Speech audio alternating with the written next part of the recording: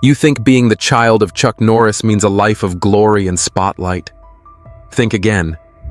When her mother was murdered for chasing the truth, and her legendary father didn't even make it to the funeral, Simone was left with no choice but to walk into the shadows alone, hunting the ones who shattered her family, using the very skills her father drilled into her since childhood. But this time she wasn't fighting for fame. She was fighting for justice for her mother and for herself. If this story struck a chord in your heart, hit that like button, leave a comment, and subscribe to support more powerful journeys like this one. And don't go just yet. Simone's mission isn't over. Keep listening to find out how the truth finally comes to light.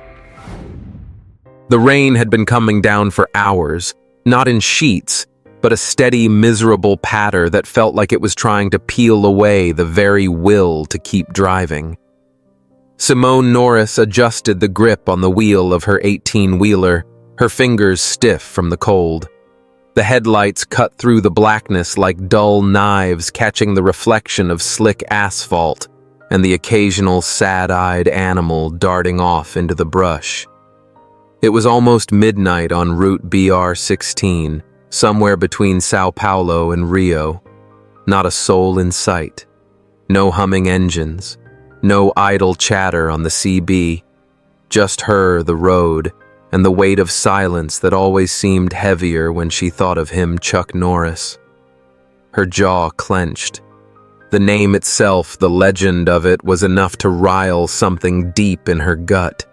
She didn't carry his name publicly, hadn't for over 20 years. But there was no running from blood, and no forgetting. Back when she was just a girl, maybe 10 or 11, she remembered how he trained her. Not like a father playing kung fu in the backyard. No, Chuck Norris didn't play. He trained her like he trained his Marines, like every mistake was life or death. Morning drills in the backyard, afternoon sparring sessions in the dusty garage, long nights with calloused knuckles, red wrists, and breathless tears she was never allowed to show. But it was Mama who made her feel human. Her mother, Isabella Mura, was everything her father wasn't. Gentle, fearless, in a quiet way, warm. A journalist with a stubborn streak and an insatiable need to uncover the truth. That truth got her killed. Simone swallowed hard and pushed the memory down like she always did when it threatened to rise up and ruin her focus. The stretch of road ahead wound between dark hills, and something in her gut tightened. She knew this route too well. This was the place her mother had been investigating before the accident, the one that didn't feel like an accident at all. Too many loose ends, too many missing files, too few answers. No arrests, no real investigation. And her father. He wasn't even in the country when it happened. Some movie shoot, some contract, something more important, as always. He didn't even make it in time for the funeral. Simone never forgave him for that. Probably never would.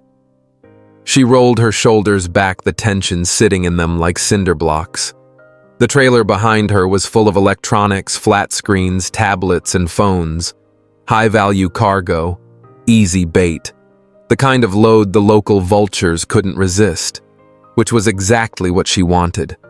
She wasn't just hauling for the paycheck. She was hunting. Someone inside the logistics network was leaking route information. The robberies were too clean, too well-timed. Just like the one her mother had been digging into when she died. So Simone had taken the job under a false name. No one knew who she was. Just another trucker passing through, except her hands moved like a soldier's and her eyes missed nothing. The last pit stop had been a small gas station near Lavranjas. Battered signs, stale coffee, and 3 old-timers sitting outside swapping road horror stories. She'd listened quietly from the corner of the diner, her eyes fixed on a faded map of the BR-16. The stories were all the same: suspicious blockades, unmarked vehicles, drivers vanishing without a trace. One man whispered about a woman who disappeared last week. Another swore he saw movement in the woods just before his tires were shredded. Simone nodded politely, said nothing, paid in cash. Now here she was, wheels turning toward trouble.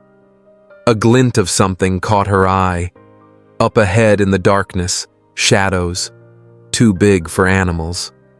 She eased off the accelerator. Then came the trap. A thud, then another. Heavy logs rolled out across the road. Rock piles behind them. Makeshift blockade. She was boxed in before she could react. Simone's eyes scanned the rearview mirror. Nothing. Side mirrors, nothing. The road had swallowed her whole. No escape. Then came the figures. 3 of them. They emerged like rats from the ditches. All men. One tall and lean, walking with an arrogant gait. One stockier, hands in his jacket.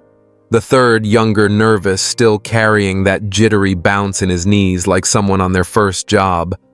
The tall one stepped up to the driver's side. He knocked the barrel of a pistol against the window.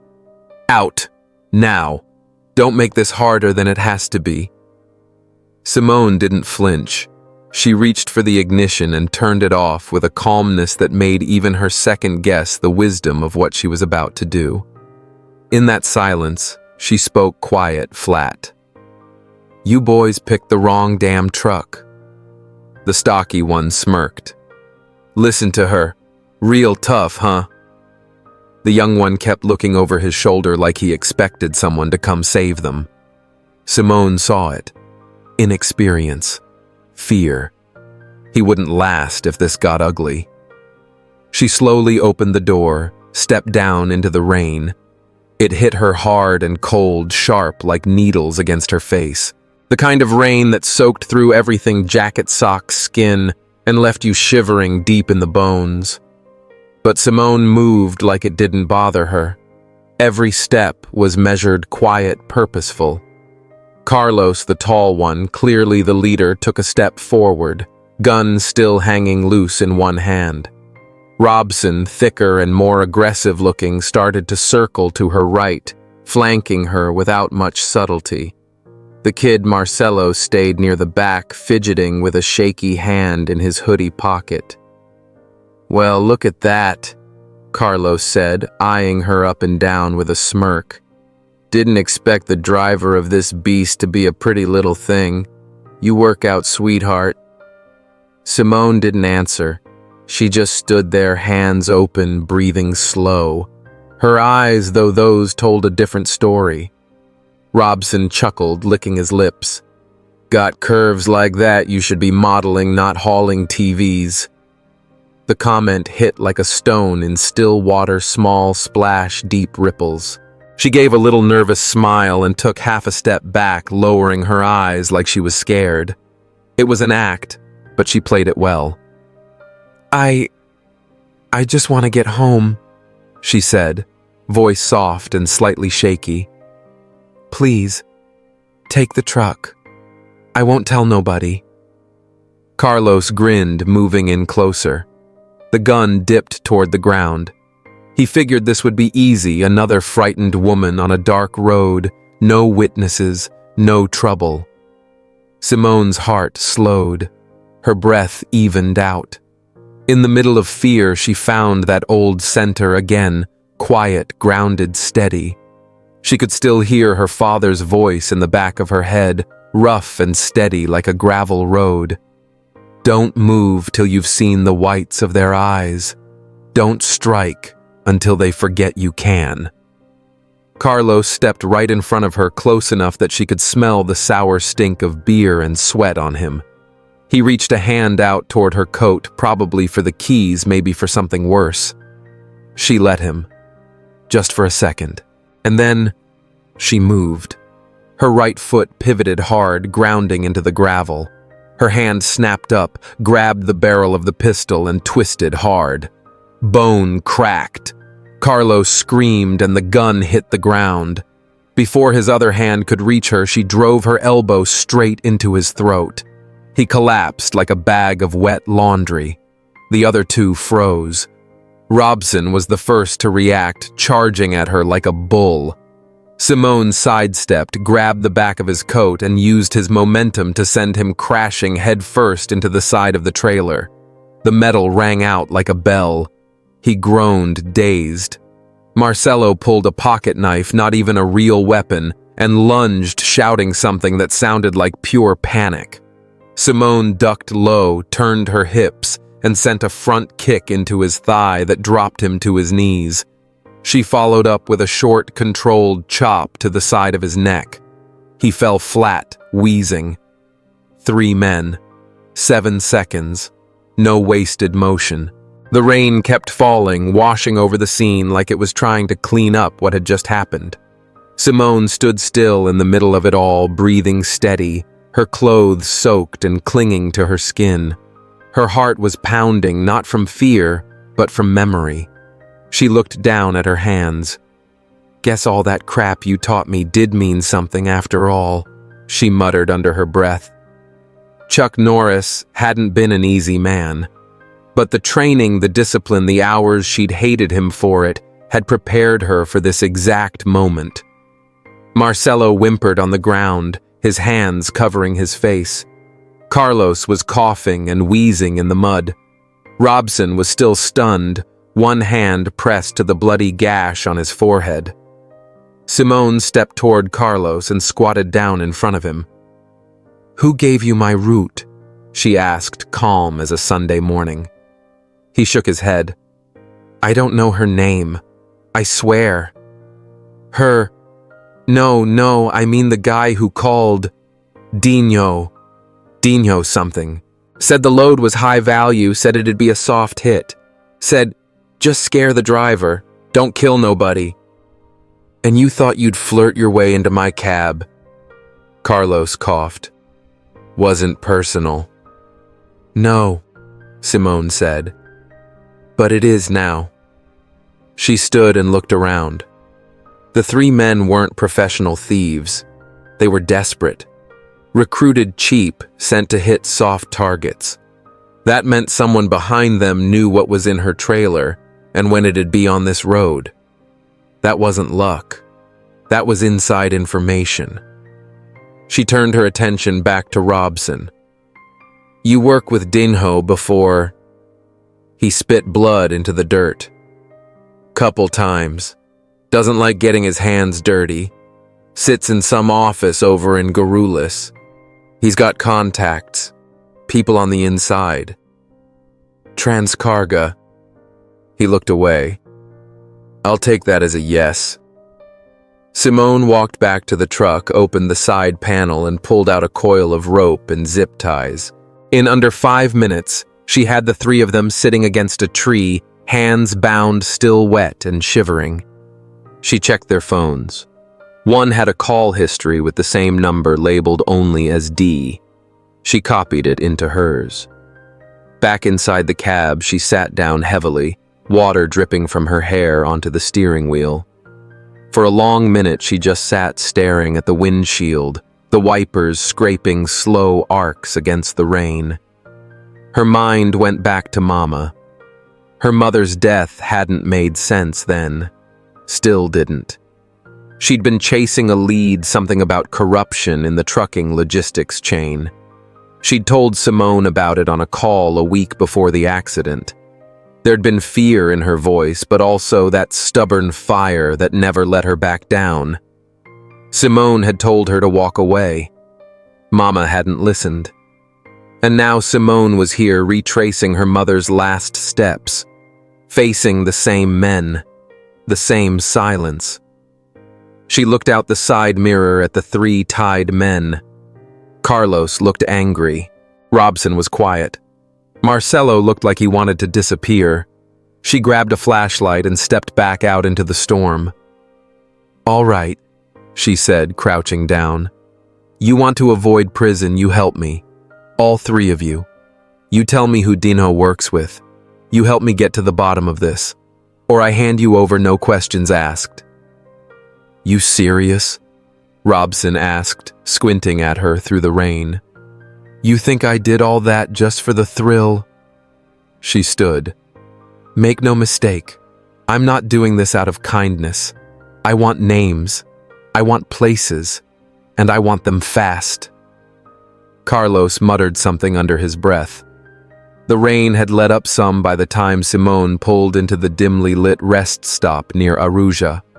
A flickering sign buzzed above a chipped awning, and the parking lot looked like it hadn't seen a full sweep in months. Just the kind of place where nobody asks questions. She parked the truck on the far end, killed the engine, and sat there for a moment in the silence. Her fingers hovered over the phone already dialed but not yet called. She stared at the number. It was one she'd memorized years ago but hadn't used in a long time. Not since the funeral. Her thumb tapped the call button. The phone rang once, then again. Click. Simone. The voice on the other end was alert, quick, with a crackle of worry already behind it. "Is that you? Are you okay?" She didn't answer right away. She looked out the windshield, watching rainwater drip slowly down the glass, her expression unreadable. "Where are you?" he asked again. "Talk to me. Is it about...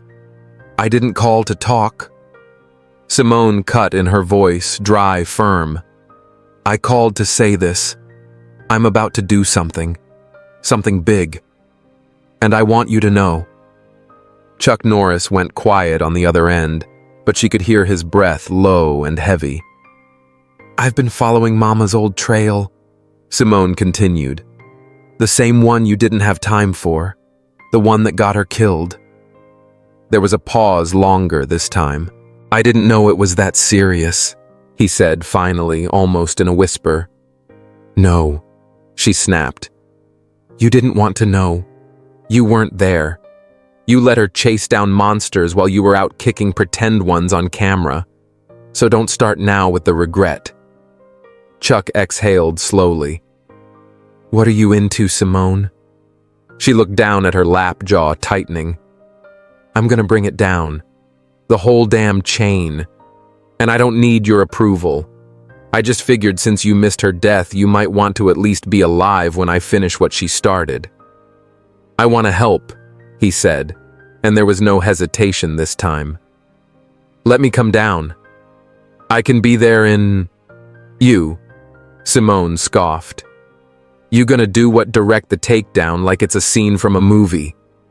He went silent. "I didn't call for permission, and I sure didn't call for your help," she added, cold. "I called to inform you. That's it." Then, without waiting, she ended the call. Inside the empty motel office, 2 doors down, Chuck Norris stood still, holding the phone frozen for a second. His assistant, a young man barely 30, stood nearby holding a clipboard, confused by the expression on the older man's face. Then suddenly Chuck slammed the phone onto the table and barked, "Get me the next flight to Sao Paulo. Tonight." The assistant blinked. "Sir." "Now damn it. She's going into the fire and I know exactly how hot it burns. But what about the set tomorrow? The stunt coordination? Cancel it. Delay it. Shut it down. I don't give a damn. Just get me on that plane." Back in Brazil, Simone sat still in the cab, letting her breath settle. Her hand trembled slightly, not from fear, but from the cold weight of emotion that always came after hearing his voice. She hated how he still sounded strong, still sounded like the man who used to carry her on his back during sunrise runs. Hated how even now part of her still wanted him to show up and fix everything. But that part had died the day her mother did. She leaned forward, elbows on the steering wheel, and let her head rest there a moment before reaching for her notebook. Dinho was the key. If they could make him talk, they could blow the lid off the whole operation. But it had to be done smart, clean, like pulling weeds at the root. She stepped out of the truck and walked to the back where the three men, Carlos, Robson, and Marcelo, sat on crates under the eaves, still damp and shaking from earlier. Simone stopped in front of them and crossed her arms. "We make our move tomorrow. Dino won't see it coming." Carlos gave her a look. "You think he'll just spill the beans if we show up with a flashlight and attitude?" "No," she said, "but he's scared. You three show up, play it like the job was a success, and you're just back for your cut. Act normal. Keep him talking. He starts slipping. I'll be there." Marcelo lifted his head slightly. "And what if he doesn't talk?" Simone looked at him, voice firm. "Then we make him." Before another word could be said, a distant engine echoed across the lot. A truck, maybe, but different, softer, a sedan. Simone turned her head toward the noise, brow furrowed, and then her breath caught. A black SUV rolled in slow headlights, dimmed engine low. When the door opened and Chuck Norris stepped out, she went cold. He looked tired. Not weak, just older. Like he'd lived too many lives in too little time. He didn't say anything at first, just looked at her like he wasn't sure if he should speak or stand still and let her hit him. Simone blinked, lips parting. "You flew here?" Chuck didn't answer. He just walked toward her, purposeful. "I told you not to come." He didn't slow. "And I told you I wasn't going to let you do this alone." Simone stepped back, hand raised. "No. No, you don't get to just show up and act like a father. Not now." Chuck stopped just a foot away, his face a map of lines and wear. He reached out, but she stepped back again. "Don't," she warned. "You don't get to stop me. You weren't there when Mom died. You didn't stop her from doing that job. She died alone because you were too busy playing cowboy on a movie set. Don't you dare act like you can protect me now."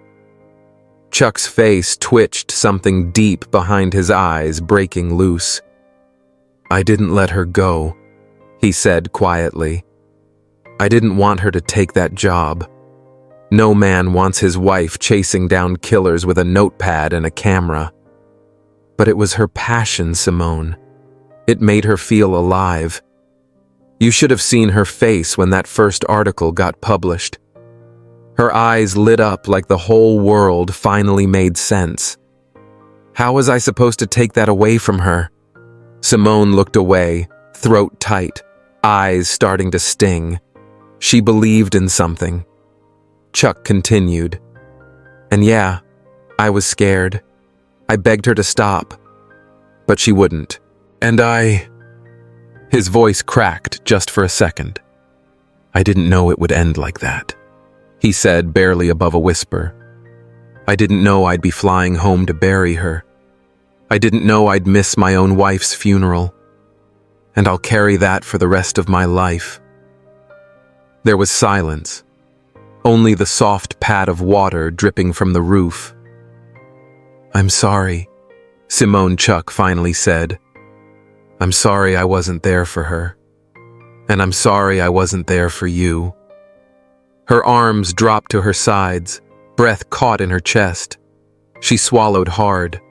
For all those years she had hated him, blamed him. It was easier that way. But hearing it, seeing the raw regret in his eyes cut deeper than anything else ever could. Still, she couldn't let herself crumble. "I appreciate the apology," she said slowly. "But I'm still doing this. I owe it to her." Chuck gave a slow nod. "Then let me come with you." She blinked. "You... in the field." "I'm not asking for permission," he said. "I've trained soldiers. I've stopped real-world threats. And this one's personal." Simone stared at him uncertain, then nodded once. "All right, but don't slow me down." Chuck gave the smallest smile. "Wouldn't dream of it." By morning, the plan was set. The warehouse at the edge of the Transcarga yard had been picked for the drop. Simone and the three men would bring in the fake shipment. Chuck, dressed like a tech contractor, would slip inside under cover of a service call. The goal: get access to the terminal where shipping logs and internal manifests were stored. Everything depended on speed. Simone and Carlos drove the decoy truck up the gravel path leading into the lot. She was behind the wheel, hair pulled back, face grim. Carlos kept checking his side mirror, his nerves worn thin. Inside the warehouse, Dinho waited nervous, tapping his foot. He wasn't alone. Two men stood nearby, both bigger than average eyes, scanning every shadow. "You sure this is a good idea?" Carlos whispered. Simone didn't answer. She opened the door, climbed out, and walked up like she owned the place. Dinho forced a smile. "You're late." "Traffic," she replied flatly. Dinho eyed the others, then looked back at her. "Where's the driver from last time she's gone?" Carlos said, stepping in.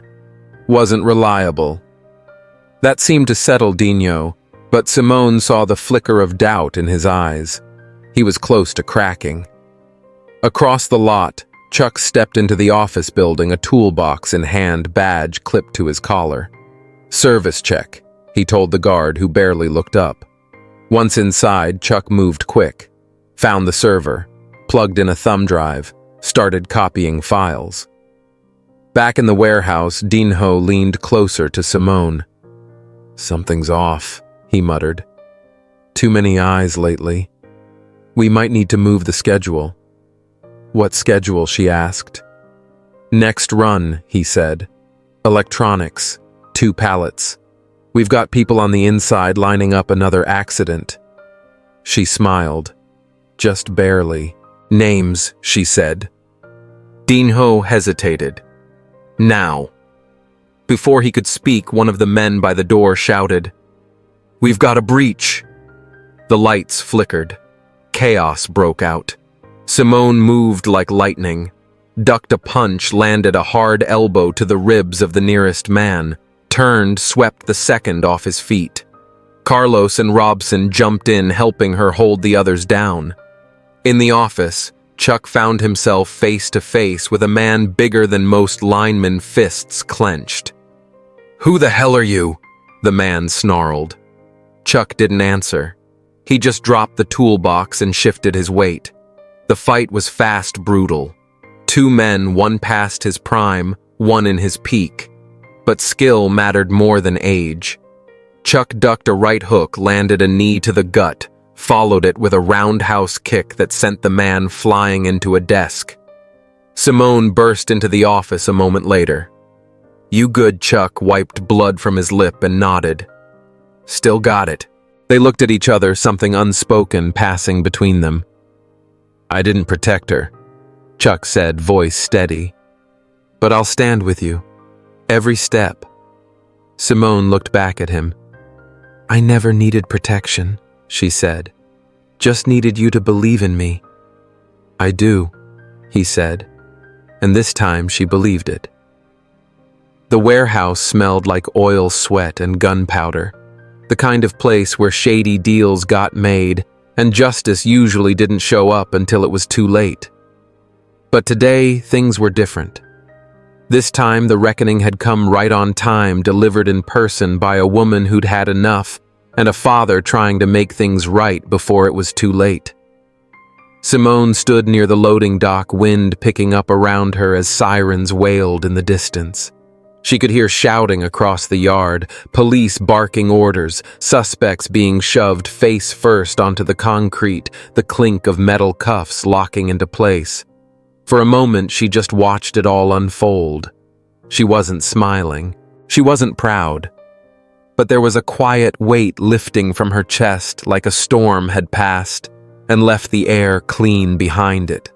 Close to 30 men were down, thieves, brokers, insiders, and middlemen, all of them linked by greed, by a network that had fed off the suffering of honest folks. Hacked files from Transcarga's system had revealed everything: Time-stamped cargo schedules, edited manifests, payment trails, falsified maintenance logs. Enough proof to bury the whole ring. And in the middle of it all stood a truck driver who used to be a soldier in her father's shadow, now a woman who had carved her own legend, mile by mile, bruise by bruise. A uniformed officer approached her, a man in his 50s with crow's feet under kind eyes and sweat soaking the collar of his shirt. "You really cracked this wide open," he said, panting slightly. Simone shook her head. "The system was already cracked. I just pulled the cover off. You ever think about joining the force? We could use someone like you." "I already got a job," she said. "This rig don't drive itself." He gave a soft chuckle, then nodded and moved on. Chuck walked up behind her, his hand resting lightly on her shoulder. "You did good." Simone didn't answer. She just watched as Marcelo, Robson, and Carlos sat off to the side, their wrists zip-tied, but their eyes free of panic. They looked more tired than scared, like men who'd finally stopped running. She walked over slow and measured. The three looked up, unsure if she'd come to finish what they started months ago on that rainy road. "I spoke with the officers," she said. "Told them everything you did to help." Marcelo's eyes widened. "You didn't have to." "I did," she interrupted. "Because you did what most men don't. You owned your part, and then you helped make it right." Robson grunted. "Still gonna see the inside of a cell though, won't we?" "Probably," Simone said. "But I asked for reduced time. Community service. Probation if the judge has a good breakfast that day." By noon, the trucks were gone, the yard sealed, and the paperwork had started piling up on desks across half a dozen police departments. But Simone stayed behind in the empty loading bay, watching as Chuck finished packing up his small duffel. He was headed back to the airport. He hadn't said much, and she hadn't asked, but both knew the goodbye was coming. "You sure you don't want to come with me?" he asked, tossing the bag over his shoulder. She gave him a faint smile. "I got a road to get back to. Folks waiting on their shipments, kids waiting on their medicine. You know how it goes." Chuck nodded, then reached into the inside pocket of his jacket and pulled out a weathered notebook. Its edges were frayed, cover faded, but the spine still held tight. Simone recognized it immediately. "You kept this?" she asked. "It's yours now," he said, handing it over. "It's not for training moves. It's everything I wrote down over the years about why we fight, not just how. I thought maybe one day you'd understand it better than I ever did." She opened the first page. In his blocky handwriting were the words, "You are not the heir to my name. You are the start of something better." Simone looked up, her throat tight. "Thanks, Dad." He gave a nod, then turned toward the lot. Before he got far, she called out, "Hey!" He stopped, looked over his shoulder. "I'm glad you came," she said. He smiled, not big, but honest. "Me too." And then, he was gone. A week later, Simone was back behind the wheel. The hum of the diesel engine under her feet, the rattle of a cargo hold filled with grocery pallets, and the road stretching out ahead like an old friend. She'd missed this, the rhythm, the solitude, the space to think. At a rest stop near Montes Claros, she pulled in for fuel. The place was quiet, just a few scattered trucks, a sleepy-eyed cashier, and a young driver trying to light a cigarette with a half-broken lighter. He spotted her as she walked past. "Hey, miss," he called out, scratching his head nervously. "You're Simone, right? The one who, kicked those guys' teeth in at Transcarga." She stopped, turned slowly. "Who told you that?" "Everyone," he said. "You're kinda a legend now." She gave a small sigh and looked around. "I'm just a driver, kid." "Yeah, but He hesitated, then added, "You think you could show me a few moves?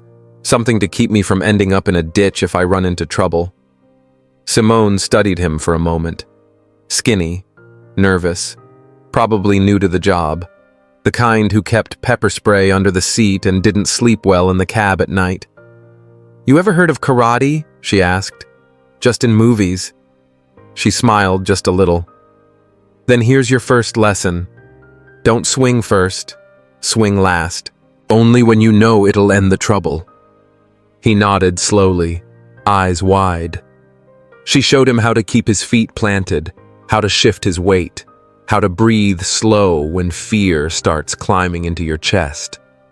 Not much, just enough. "You keep your head clear," she said, "and your hands steady. Most fights won't even start." He thanked her, awkward but sincere. As she climbed back into the truck, she glanced in the rearview mirror. The old black belt her father had given her years ago still hung from it, swaying gently with the wind. No one needed to know who she was. They just needed to know that someone out there still gave a damn. Chapter 6. Warrior's Blood. Guardian's Heart. 2 years passed like gravel under the wheels, rough at times, but always forward. Simone kept to herself, kept moving. She never gave interviews, never told anyone who her father was. Didn't have to. Word got around anyway. They called her the Nameless Legend. Folks said she'd shown up in places where trouble boiled over and left only quiet in her wake. She didn't brag, didn't wear it on her sleeve, just showed up, did the job, and left things a little better than she found them. One early morning as she cruised down the BR-16, her CB crackled. "Simone, you copy? It's Marcelo." She smiled and picked up the mic.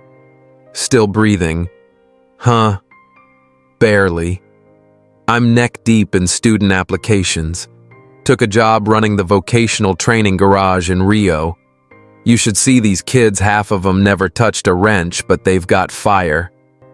"That's good," she said. "You're where you should be." A second voice cut in. "This is Carlos. Guess what? I'm 1 semester away from a logistics degree.